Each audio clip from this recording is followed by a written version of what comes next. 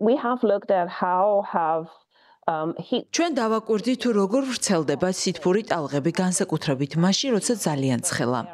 თბილი დღეები შეიძლება სასიამოვნო იყოს, თუმცა სინამდვილეში ისინი საშიშია. სწორედ ამ სახის დღეებში იზრდება გარდაცვალების შემთხვევები. საინტერესოა, როგორ შეიცვალა კლიმატი პარიზის შეთანხმების ხელმოწერიდან 10 წლის განმავლობაში. მსოფლიოში საშუალოდ 11-ით მეტი ცხელი დღეა, ვიდრე 10 წლის წინ ჰქონდა.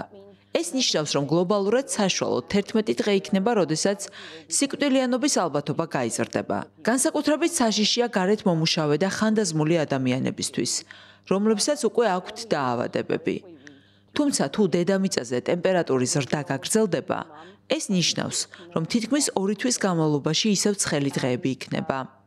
ეს ძალიან ბევრია იმისთვის, რომ ადაპტაცია შევძლოთ. თქვენ ახსენეთ, რომ განსაკუთრებით ცხელა ოკეანესთან ახლო მდებარე ქვეყნებში, პატარა კუნძულოვან სახელმწიფოებსა და ტროპიკულ ქვეყნებში. ეს ის ქვეყნებია, სადაც მოსახლეობა დაუცველია. ისინი ტემპერატურის ცვლილებასთან ადაპტირებული არ არიან. უნდა გვახსოვდეს, თუ რეალურად რისთვის გვაქვს პარიზის შეთანხმება. ის არ შექმნილა პოლარული დათვის გადასარჩენად. უნდა გვახსოვდეს, რომ კლიმატის ცვლილებაზე რეაგირება რომ არ გვაქვს და საწვავს ისევ დიდი რაოდენობით მოვიხმართ, ამით ვარღვევთ ამ პლანეტაზე მცხოვრები ადამიანების დიდი ნაწილის უფლებებს.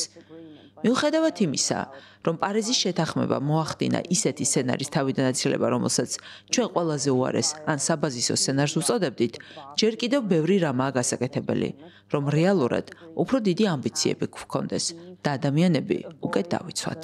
what we would have called the worst